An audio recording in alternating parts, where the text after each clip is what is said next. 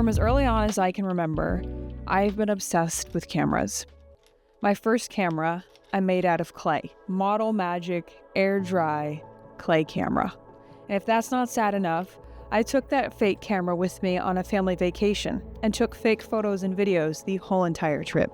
Anything and everything that closely resembled a camera, I would play pretend.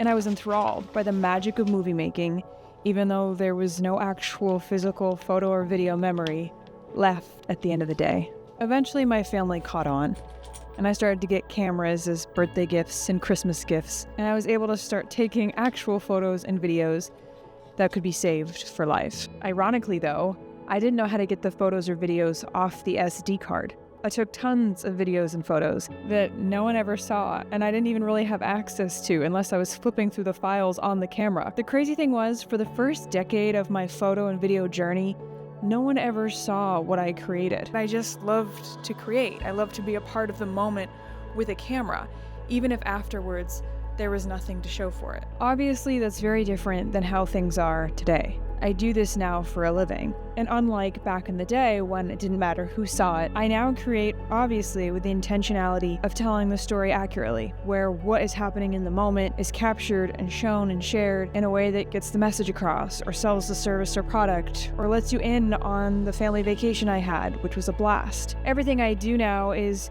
about getting it right technically, but also telling the story in a way that brings it to life as accurately and as beautifully as possible. You get to immortalize moments that otherwise would come and go and would only sit in our own memory. And as valuable as our own hearts and minds are, there's something really crazy and sentimental and powerful about actually capturing the moment. And nothing does that better than video and photo. I think for me, if I had had this Lego camera when I was 9 years old, I probably never would have gotten a real camera because this thing's so fucking cool. I realize now as an adult, with all my gear and gadgets, all the time I've spent studying and practicing, that little kid in me still exists. Emma Chamberlain, one of YouTube's greatest, her father was recently in a documentary-style video about her. And he said something along the lines of the most important part of creativity is the mindset you're in while you're doing it.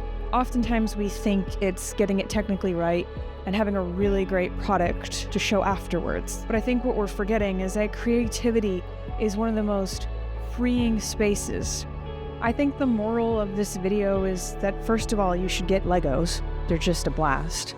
But also, you should find something creative, something fun, a hobby, a skill set. There has to be something 9-year-old you wanted to do, wanted to try. I think that's why I like my job so much. I honestly kind of still feel like I'm playing.